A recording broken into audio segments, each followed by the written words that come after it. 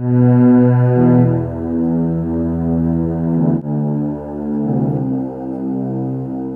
the early 1990s, Shark discovered that live pigeon shoots were happening in our home state of Illinois. We went to work documenting and exposing these cruel killing contests and the rich but morally bankrupt individuals involved. We fought, won, and shut the shoots down for good within just a couple of years. This victory proved that pigeon shoots could be stopped. Why then are pigeon shoots still ongoing in Pennsylvania? Because unlike in Illinois, where Shark was the local animal protection organization, there is very little to no action being taken by the major humane organizations in Pennsylvania. Being local matters.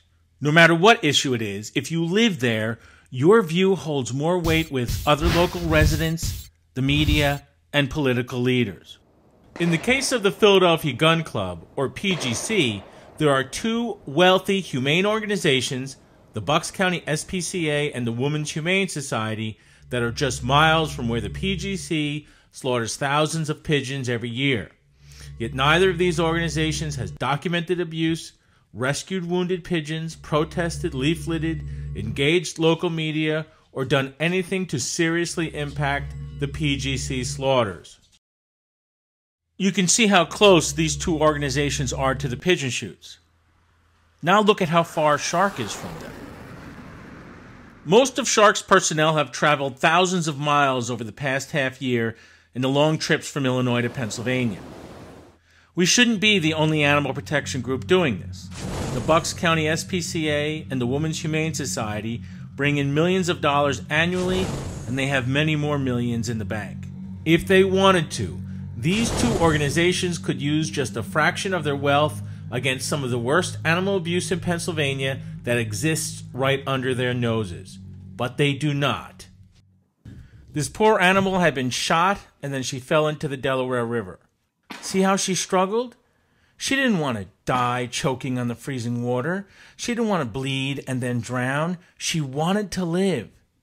Yet that would have been her fate, and the fate of hundreds of her kind.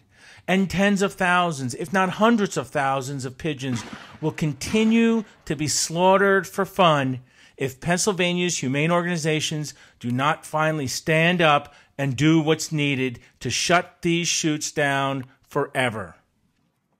One local group that is doing outstanding work is not even an animal protection organization. The Delaware Riverkeeper has fought the PGC over their polluting of the river and has actually been on the river a number of times during pigeon shoots, and they've even rescued wounded birds. Their dedication to their work puts all those wealthy so-called humane groups to shame. There have also been many great activists from Pennsylvania who have been fighting hard against the pigeon shoots. The problem is, the big groups are nowhere to be found.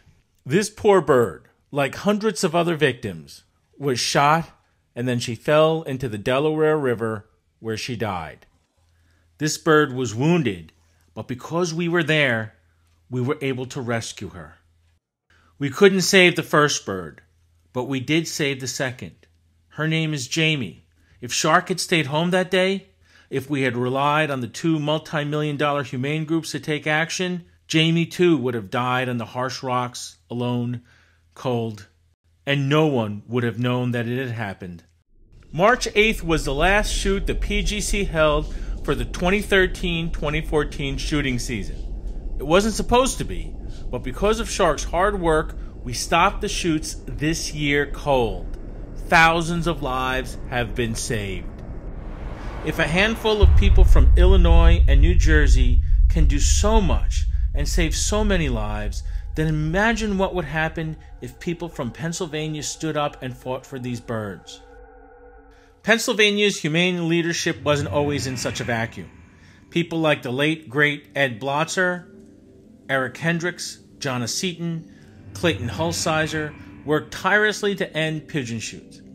Ed Blotzer worked out of Pittsburgh on the other side of the state, but that didn't stop him from going to shoot after shoot, contacting the media, legislators, and writing and speaking out extensively. But now Ed's gone, and the rest are retired. Unless Pennsylvania's animal groups get active, this battle will drag on for much longer than it should. We are using this video to reach out to the Federated Humane Societies of Pennsylvania.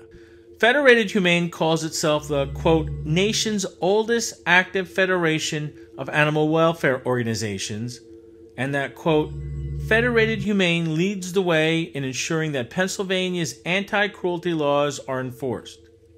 If this is so, then why are live pigeon shoots still ongoing in Pennsylvania?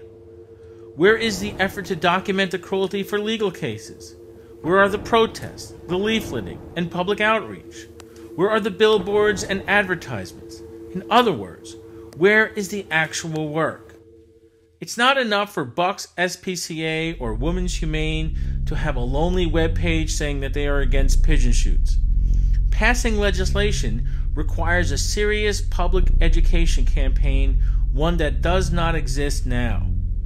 This is why Pennsylvania's humane groups have so little influence with the legislature and why decades have slipped by with no law being passed.